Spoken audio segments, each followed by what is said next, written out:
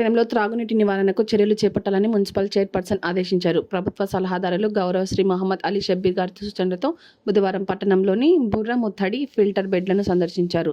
తగు చర్యల గురించి మున్సిపల్ కమిషనర్ ఏఈకి ఆదేశాలు ఇవ్వడం జరిగింది. రాబో వేసవి దృష్ట్యా నీటి ఎత్తడి లేకుండా చర్యలు చేపట్టాలని, బుర్ర ముత్తడి వద్ద మరో 3 కొత్త బోర్లతో పాటు ట్రాన్స్ఫారం ఏర్పాటు చేయాలని ఆదేశించారు. బుర్ర ముత్తడి వద్ద పరిశుభ్రత పాటించాలని, ప్రతి ఇంటికి త్రాగునీరు అందించేలా అధికారులు చొరవ చూపాలని కోరారు. అయితే ఒక 3 బోర్లు కంపల్సరీ ఇప్పటికిప్పుడు కావాలి మనకు. ఎందుకంటే ఇక్కడ ఉన్న చుట్టుపక్కల ఉన్న ప్రజలందరూ వాటర్ లేక చాలా ఇబ్బంది పడుతారు. ఇంకొకటి ఏంటంటే మనకు తొందరలో ఎండాకాలం వస్తుంది, ఎండలు కూడా ఆల్రెడీ స్టార్ట్ అయిపోయినాయి కాబట్టి ప్రజలు ఏమి ఇబ్బంది పడకుండా మనకి ఇమ్మీడియట్ గా ఇప్పటికిప్పుడు మట్టుకు ఒక 3 బోర్లు అయితే కంపల్సరీ కావాలా. ప్లస్ ఇంకొకటి ఏంటంటే ట్రాన్స్ఫార్మర్ ఒకటి ఏంటంటే 100 kVదే ఉంది. మనకు కావాల్సింది ఏంటంటే 200 kV ట్రాన్స్ఫార్మర్ కూడా కావాలి.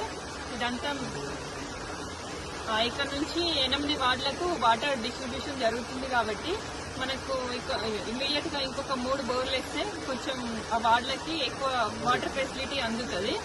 ప్లస్ ఇంకొకటి ఏంటంటే ఇక్కడ కొంచెం వాటర్ కూడా అది రష్ పట్టింది పైపులు అవన్నీ. చూడండి అది రష్ అంతా క్లియర్ చేపించేసి ప్లస్ ఏంటంటే వాటి పైన కూడా కొంచెం మూతలు అవి పెట్టిస్తే బాగుంటది. డస్ట్ అది పడకుండా మంచిగా ఉంటది, అల్లంతా జామ్ కాకుండా కూడా ఉంటది. కాబట్టి అదొకటి కొంచెం చూడండి. ప్లస్ ఏంటంటే ఇప్పుడు మనం ప్రజలకు అందియాల్సింది ఏంటంటే ఓన్లీ వాటరే కాదు, క్లీన్ వాటర్ కూడా అందియాలి మనం. ఎందుకంటే వాళ్ళ ఆరోగ్యం కూడా మనకి ఇంపార్టెంట్ కాబట్టి కొంచెం అది మీరు చూసుకోండి.